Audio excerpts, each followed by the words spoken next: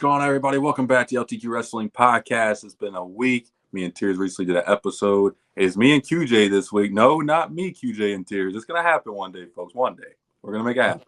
Just don't know when. When I get Fridays off starting next month, we're going to make it happen. But I can't guarantee the day. I'm joined by QJ. WrestleMania is 3 weeks away. We got MLB opening day, which some of it happened tonight. Yankees and Giants. My team, the St. Louis Cardinals, play tomorrow against the Rays on opening night. I am repping my Chicago Bulls. Yes, I know when I'm recording, we just got completely destroyed by the 76ers, but that's the story of a Chicago Bulls fan. But I'm still going to rep my team no matter what. So, QJ, how we feeling? 3 weeks to WrestleMania. Are we looking forward to it? Yeah, I'm ready. Let's see what happens. You ready for it? Yeah, I'm looking forward to it. Even though it's been kind of a lackluster build for WrestleMania, which I guess could be a good or bad thing. We'll be talking about the Oba and Brock match again in this video. That match has probably been the most hyped outside of Punk and Reigns. But speaking of WWE, we're going to start off talking about 5 topics today. And there's a report that came out. Tony Khan tried to buy WWE in 2023. Now, we all know he wasn't actually going to get the company. Vince was not going to sell it to him. Him and TK already had a handshake deal. But when you think about Tony Khan buying WWE, it really makes you think, like, how different would the company be today if Tony Khan would have bought the company? I mean, you would have had no CM Punk there. I don't think Brock would have stayed. He only wanted to work for Vince. You know, Vince is gone now. I think he still works for Triple H, which they have a good relationship. But, like, maybe Roman Reigns goes off to Hollywood. Does John Cena come back? Like, a lot of things are kind of like a ripple effect. The death matches Tony Khan likes doing, they wouldn't be probably allowed on WWE TV.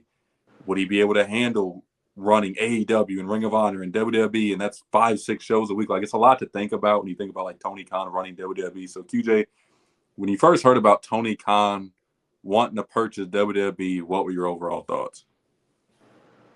My thoughts was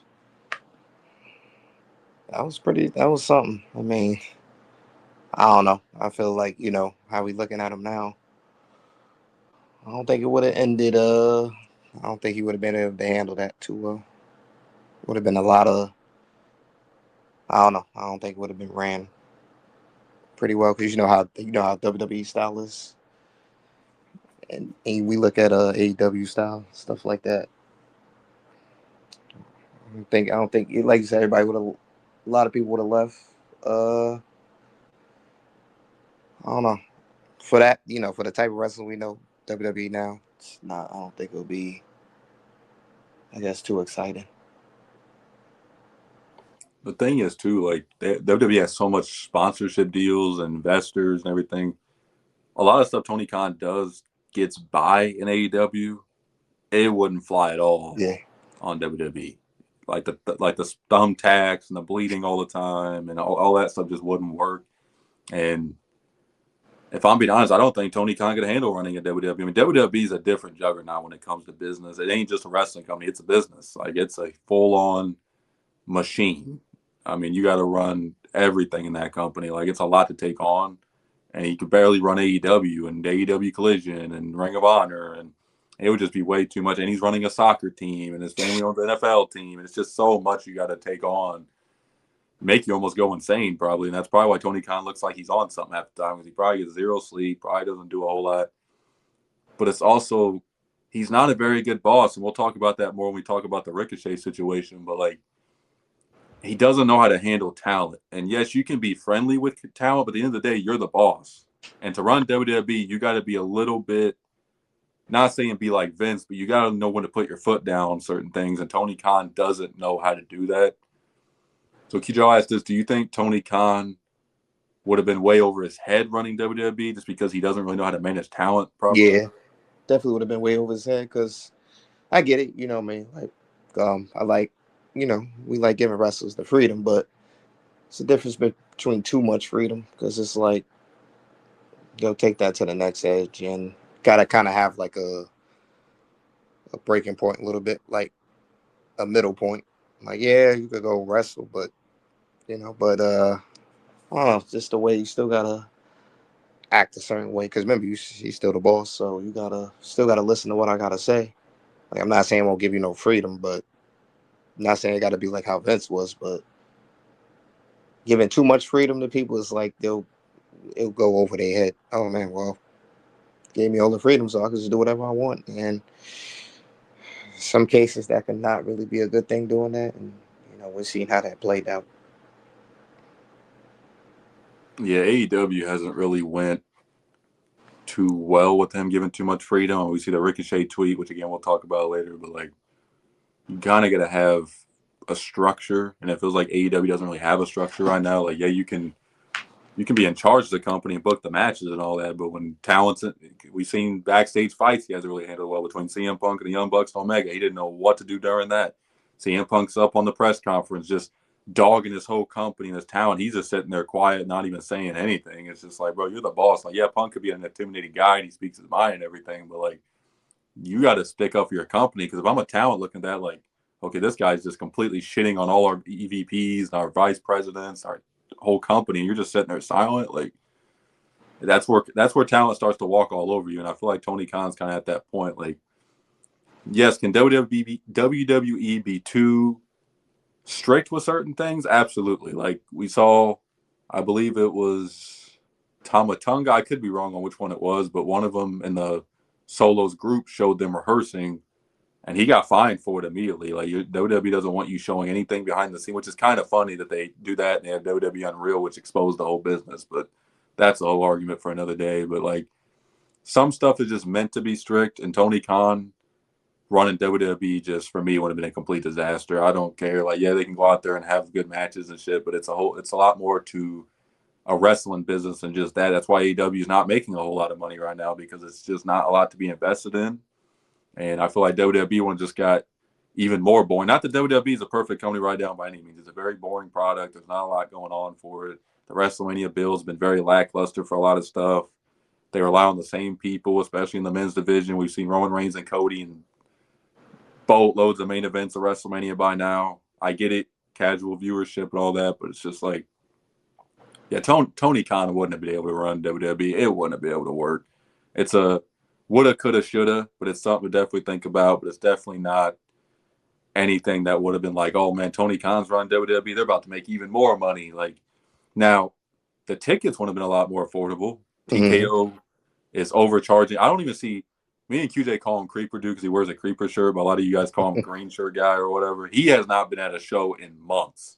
So when you're getting him out of the shows because of overpriced, that's the problem. So TKO has definitely made it where a lot of people don't want to go to shows. I saw Wheezy, I think's her name. She's a WWE streamer, saying she went to one show. She's not going anymore for a minute because it was so expensive. Like, while we're on that topic, QJ, what do you think about the overpriced tickets? Like, apparently WrestleMania is not doing well in ticket prices right now because of the prices. That's why they're going with some of these safe matches like Cody and Randy to try to get people to go because the ticket prices are just too overpriced.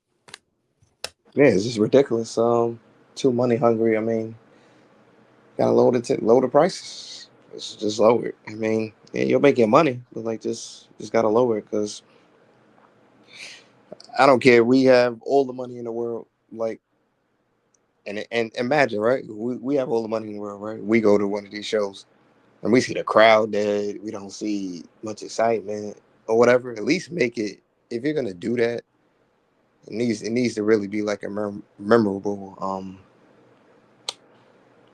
show, pay per view. But they also got to think that, I mean, look how this country is. So everything's getting expensive, and then you want to charge that. A lot of people just can't afford it, and I don't blame them. I'll just watch it at home. You know what I mean? Save you the trouble. I get it. Like when you out, seeing it live is different. Like people tell me, which is true. But I mean, you gotta lower the costs. You know what I mean? And the Yeah, show should be good. If the show ain't good, we paying that, right? That show better be the best show we ever went to, if that's the case. you would think it would be. Look, if any of y'all are paying to go to Raw and SmackDown with these high ticket prices, I feel bad for y'all. yeah, those shows are not worth it. Like, pretty much if you're a mid money making family or if you're a middle income or a lower income family, you are not going to be able to afford to go to any WWE shows. You're pretty much, even nosebleed seats are probably expensive as hell. Like, you're not going to be able Mm-hmm. to afford. And that's why I gave Vince credit, because he made it affordable for everybody. Like, families. He wanted families to be at the shows. That's who you should market to, as families. You want these young kids to grow up and be WWE fans, and you want them to get that experience. Now, unless your family's a real estate agent or something like that, you're not going to be able to go to any of these shows unless you just got boatloads of money. You ain't going to be able to afford to take your kids and a whole family to go see these shows. So it's really ticketed out. And QJ, I don't know if you heard about this, but like WrestleMania week, Mhm. they're charging like $10,000 to go on a tour bus with Cody Rhodes, like each. So $10,000 per person Mhm. each to go on a bus with Cody Rhodes and probably talk to him for 30 seconds. Like, come on now. For Like 30 that. seconds, you come on, look at the money for 30. That's bro, we should be talking for hours. So Oh, that's you the probably case. won't. You'll probably just ride the bus with them, talk to them for a few, and that'll be it. You'll go see a few monuments and stuff around Vegas, and that'll be it. So you're taking a whole family. That's like $50,000. It's insane. 10,000 each. Yep, per person. Oh my goodness. And you know people gonna pay it. Some gonna pay it too. Like food. Oh, they will. And good luck to y'all. Y'all must have a lot of money to throw in the garbage because that could never be me doing that. Screw that. So we'll move on to the next topic. Toni Storm, who has been a key part of AEW since she got there, and I give her a lot of credit. She's really turned around her whole character and her whole gimmick. WWE, I loved her NXT. They called her up to the main roster. They didn't know what the hell to do with her. They had that stupid feud with Charlotte Flair. They had her get hit with a cake. She said she felt embarrassed. That's why she left. She goes to AEW, gets her footing down, and she's really became one of the key pillars of that women's division that's really needed it because AEW's women's division, not the greatest. And they've Mm. gotten some better names. Marina Shafir, they've started to push. Britt Baker's obviously gone. Like they needed somebody like that. She's really revamped her whole character. And some people don't like it. Some people call it cringe. It's kind of been more cringe for me lately. So, QJ, do you think this is going to be a huge loss for AEW? We don't know what the issue is with Toni Storm. She could be pregnant. She could be injured. There has not been no confirmation on what the reason is. But do you feel like this is a key loss for AEW? Yeah, because I mean the woman was I don't really see much, I don't know, interest in it like that. You know what I mean? Usually when we watch AEW, watching more of the obviously the top more stars like the men was, but woman was is like I don't know. I mean Mercedes maybe, but other than that, I mean, who else? You know what I mean? Yeah, and Mercedes is on a leave. Right, she's on absence right now too, so they're missing her as well. So, but my bad. Continue. Yeah. That's pretty much it. Mainly like when I go, if we go, you know what I mean. We look at the women's matches, but other than that, I don't know. I guess they got to build, you know what I mean, build some more up, women up.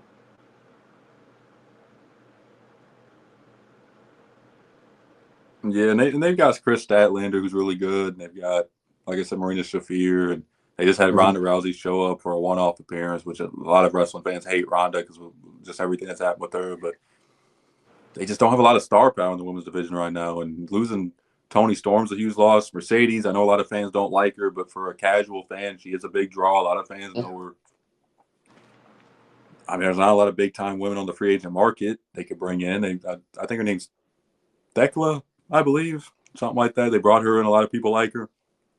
And I watch AEW pretty consistently, but I can't lie. Sometimes I'll be watching the shows and I see the same people constantly on each That's show. it. Like, It's just nothing fresh, nothing new. It's like they just had Hangman MJF, and I've seen that so many times. And that match was a complete disaster of a Texas death match. I hate Texas death matches, especially in AEW. It's just a bunch of stupid spots. I saw MJF do the catapult tombstone on the outside of the ring on a chair. They got right up from it. I'm just over it. It's just Jim Cornette was going off on that match, and he likes MJF, but even he's lost it for MJF. He's like, yeah, if he's in one of these matches, I'm done. So, but like, yeah, I mean, AEW's got some stars back. Will Ospreay came back, but you could argue whether he came back too early from his neck injury, mm-hmm. surgery. He's back. He says he's going to change up his style a lot. So, I mean, they've got some stars back, but again, like QJ said, the women's division is not really cooking right now. So Toni Storm's out the rest of the year and possibly even longer than that.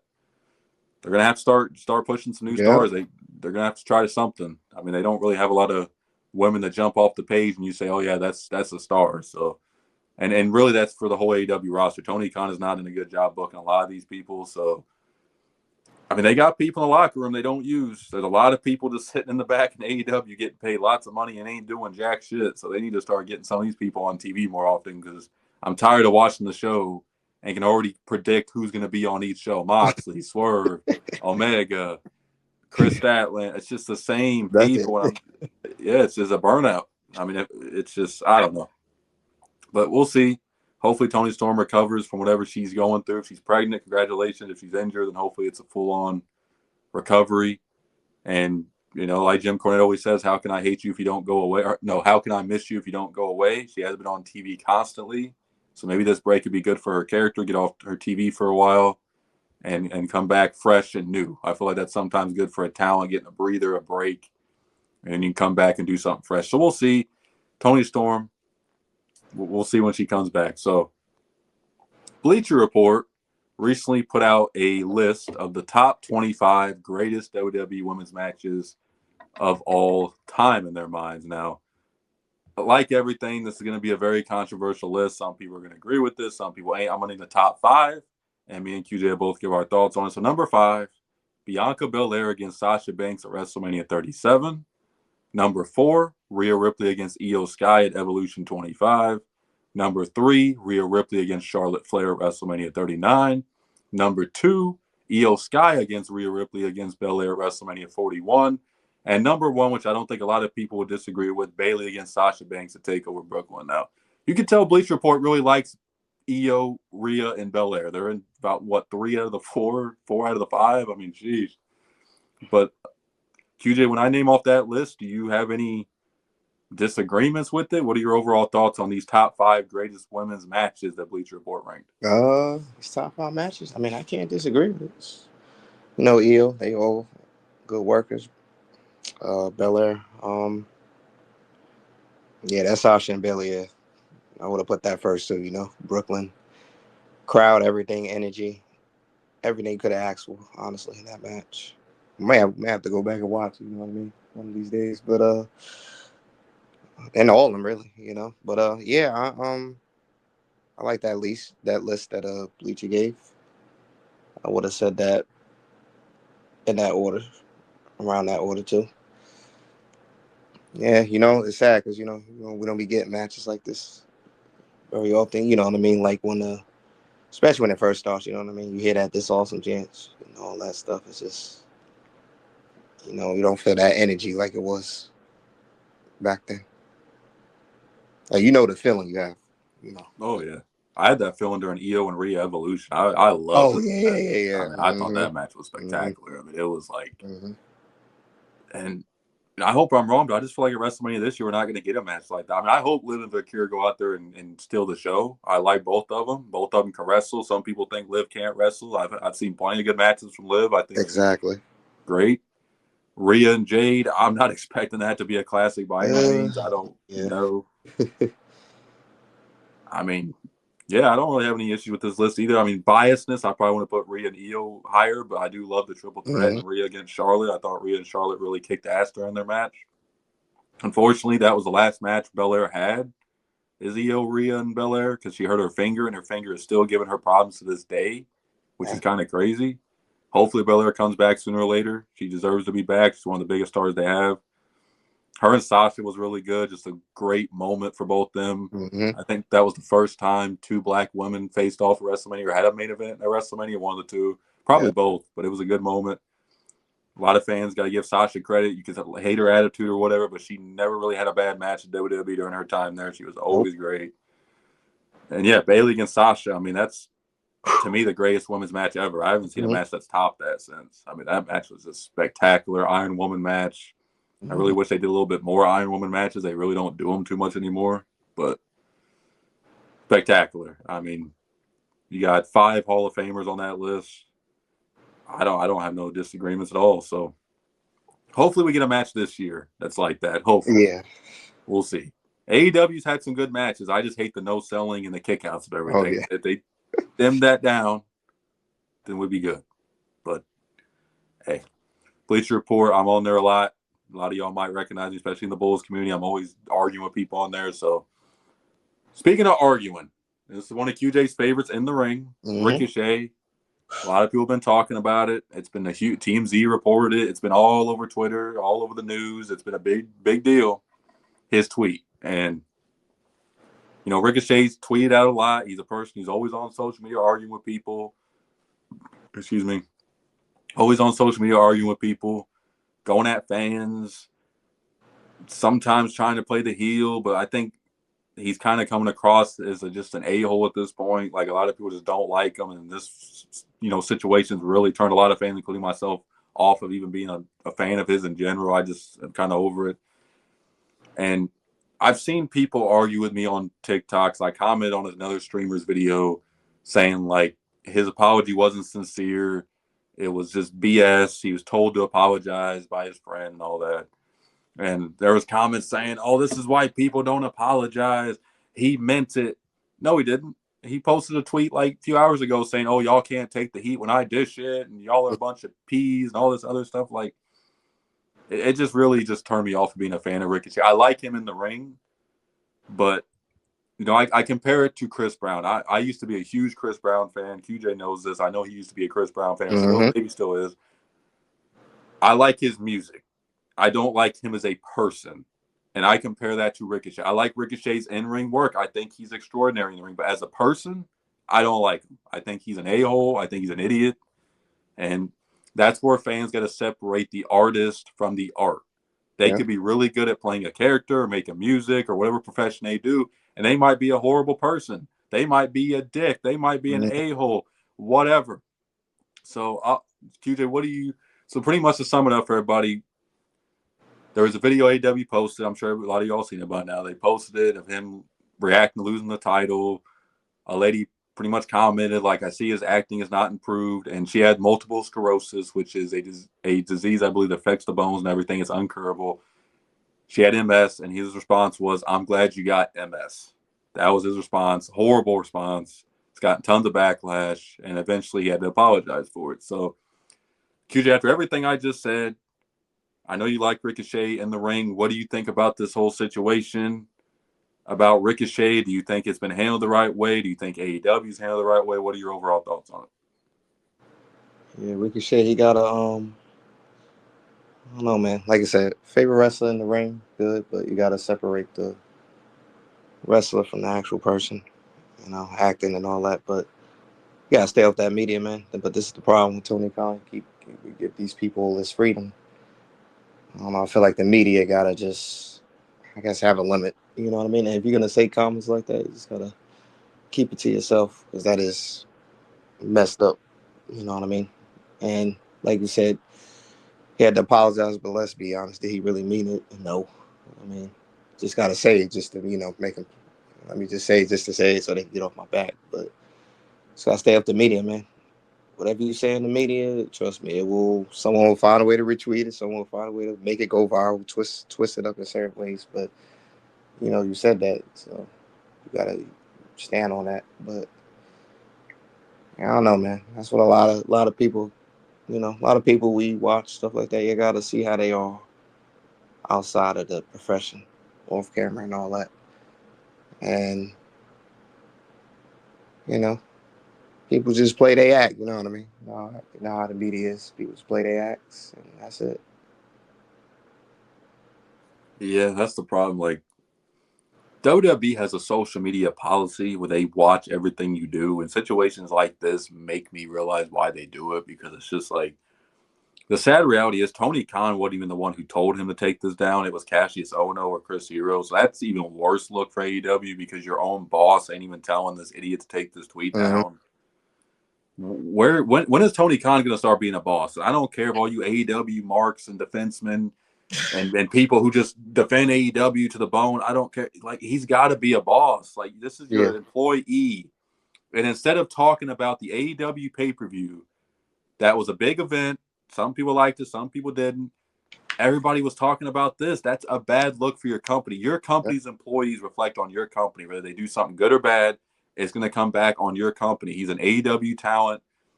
You got to tell him, like, look, you got to stay off social media. You got to take this shit down. You got to relax. Like, if AEW ends up putting a social media policy, talent should blame Ricochet for it because he's the reason why it's going to happen. I don't know if it is going to happen. Tony Khan, again, doesn't really run a company like a boss should.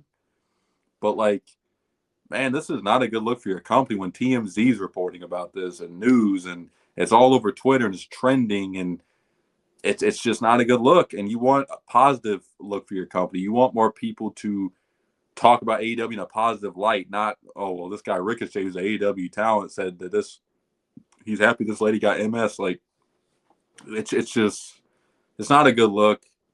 Ricochet has not been fired. He's not going to be fired. I believe if this was WWE, he would have been fired. I ain't going to lie. I think WWE would have just cut him loose in a matter of seconds.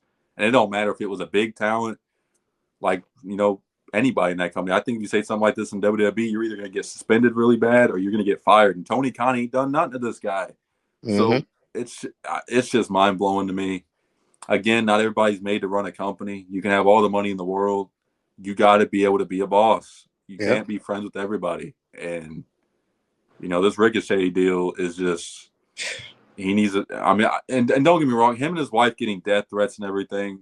If any of y'all were sending that stuff, just give it a rest. I don't think it deserves death threats and everything. Like, y'all got to relax with that stuff. Yeah, especially sending his wife DMs saying you're gonna go after her and everything. Like come on now, like that's just ridiculous. But yeah, I mean, I get it if a lot of people just don't care about Ricochet anymore. I'm kind of on that boat. I'll still watch his matches and stuff like that. I mean, he hasn't been booked that great in AEW anyways lately, but I get it. I get it if y'all are over it. I mean, I saw some dude on TikTok saying like, oh, this is why no wrestler should be on social media. I don't agree with that. Like, one guy shouldn't ruin it for everybody. Like, Drew McIntyre uses social media to really catapult his character. MJF does it, but they know how to blur the lines and not be a complete idiot on social media and ruin it. So you got to really know how to manage it. I rambled on for a little bit about that because I've been arguing with a lot of people about this whole Ricochet situation. It's just bizarre that some people are taking his side in this, but it is what it is.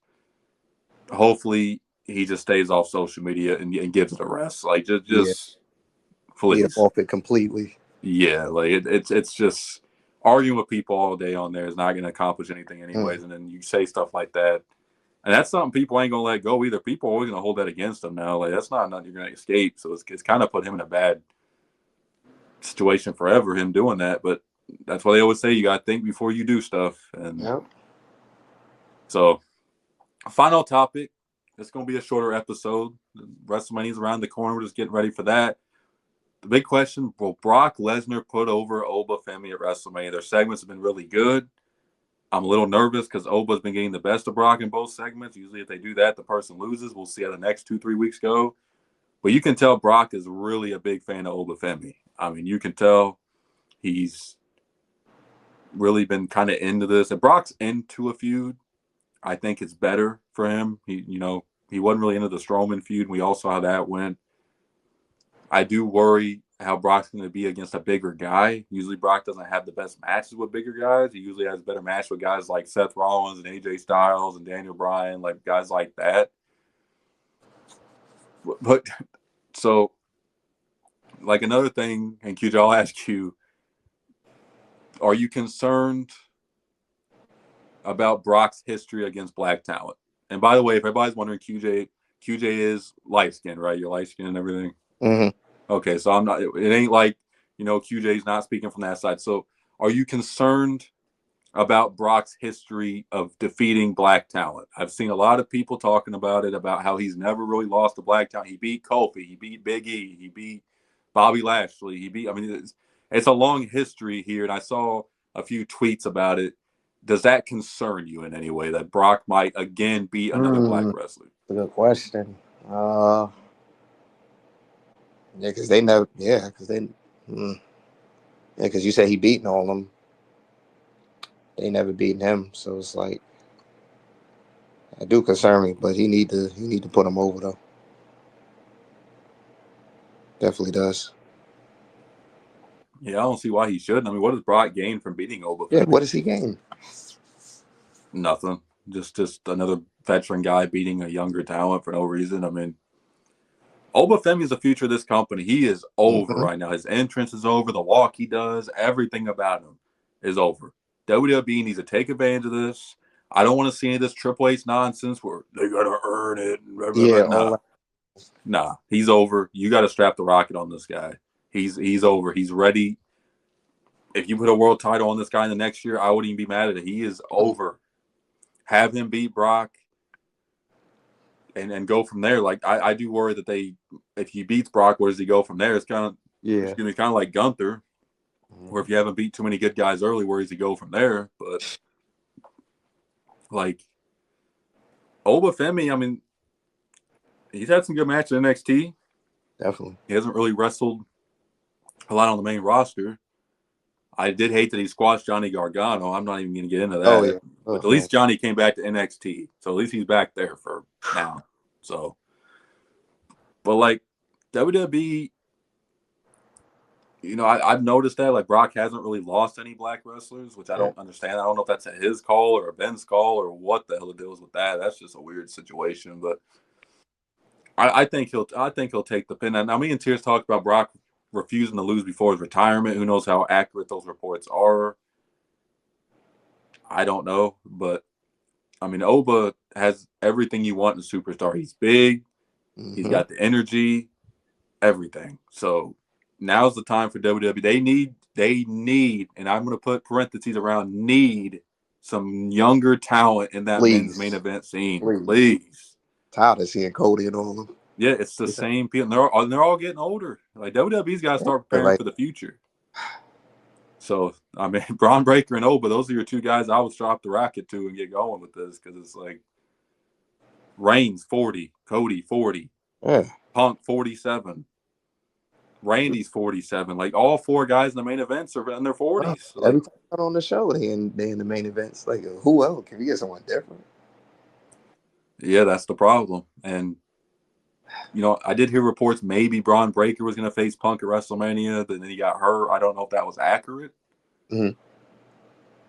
But I mean, they got to get somebody new, and they got a lot of talent. They got Trick Williams, who's doing really well right now. They got Oba Femi. I think Javon Evans could be a really big star if he's pushed correctly. Braun Breaker. It's just WWE really concerns me with how they book some of these talents at NXT. It's like in NXT they could look like $1 million, and they get caught up here, and they don't know what the hell to do with them. So it's going to be an interesting match. I don't know how the in-ring work is going to be. Will Brock and Oba have a back-and-forth match? Will they have Oba get the dominant side of it to make him look impressive against Brock? Will Brock actually do a bunch of moves besides just spamming F5s? I don't know. But and suplexes? Yeah, like we'll see if Brock does at least a normal suplex or a Kimura or something different. It's going to be intriguing. It's had better build than most of the matches at WrestleMania. We'll see. And the good thing about this WrestleMania, I might add before we wrap this up, is I haven't heard anything about who might win or who might walk out as champion. Yeah, that's a good thing. Like you usually hear like, oh, Randy might win or Cody might win. I haven't heard anything. So WWE's keeping it very tight-lipped. Not a lot being said. So we'll see. QJ, before we wrap this up, out of all the matches that's been revealed so far, and I'll probably do a predictions video about 2 weeks from now. They haven't really revealed all the matches, but is there any match or matches you're looking forward to the most at WrestleMania? Like any match that you go, oh, I can't wait to see that? Is Oba and Brock one of them? Yeah, definitely Oba and Brock. Can't say that that Randy and Cody gonna go. Reigns and Punk, yeah. Put that as the third match. Looking forward to. Yeah, that's a women's match. Living Victor could be interesting. I mean, could be. Rhea and Jade, nah. What you said? The other one, what? Rhea and Jade. I don't know about that one. That one's. Yeah, that one is. Jade's not the best in the ring. I mean, she had a solid match last year at WrestleMania, but I don't know. I mean, what about you? Oh, my bad. You said what? Oh, no, I said, what about you? With the match? Cody and Randy. I'd like to see Randy win. I've always been a Randy fan. He's catching up to Cena and Triple H. I don't know if he'll have him break the record. A few people at my job and they were like, Randy's getting close to breaking the record. Is he going to break it? Possibly. I mean, he's at what, 15? Yeah. So, I mean, it's possible. Punk and Reigns is interesting. I don't know who walks out of that. I'm intrigued how the match is going to go. Mm-hmm. There's been a lot of speculation now that Ted DiBiase's been cleared of all his charges that he might show up during Cody and Randy since there's a legacy tie into that. Would that be something you're interested in seeing? I've heard a lot of people say because That would be something. Yeah, I wouldn't mind. yeah, it makes sense. He is cleared of all charges, whether he's completely innocent or not. I don't know how he got out of all them charges, but he's not being charged for anything, so he's free. So then he Randy did make a call on SmackDown saying he's making a call with another generational family. So the Mm-hmm. DiBiase's are one of them. So maybe. Other than that, I mean, Liv and Victoria, I like them both. I don't know how that match is going to go. Right. Dom and Finn, I'm actually intrigued by. I think that'll be a match that's added. Yeah. I mean, everything else, I mean, we'll see. I mean, Cody said this might be one of the greatest in-ring WrestleManias of all Oh, time. I mean, boy. we'll see. Don't you hear what they all say that? Okay. Yeah, they say that every year. Cody's a very good promotional guy. Mm-hmm. So, Io and Asuka, I think, could be good. I've heard that rumor. I think that would be really good. Yeah, I don't know. I mean, I don't know what WWE has planned. I just hope it's good matches. I mean, obviously the stories going to be good too, which I like some of the stories they've been doing. But it's WrestleMania. You got to We got to cook. I be mean, on our feet. Like yeah, everybody, like on our feet before the match even start. Y'all should be clapping. Like, yeah, gotta have the badass entrances. They always go out for the mm-hmm. entrances. They always gotta have the Mm-hmm. fans energetic. I really liked last year. They had CM Punk's entrance with him going back to his older Ring of Honor days and the fire burns and everything. That was really cool. Like, and I liked the triple threat with him, Reigns, and Rollins. I actually thought it was Yeah. really good. So hopefully him and Reigns live up. Hopefully you guys enjoyed this episode of the LTQ Wrestling Podcast. Appreciate a lot of support on the last video we've done. Really good numbers on that video. Make sure to like and subscribe. QJ, any final thoughts before we wrap it up here? Just stay tuned. Be ready. Yep, be ready for WrestleMania. MLB opening day, almost NBA playoff time. We got a lot of stuff to look forward to if you're into that stuff. So appreciate the support as always. Peace.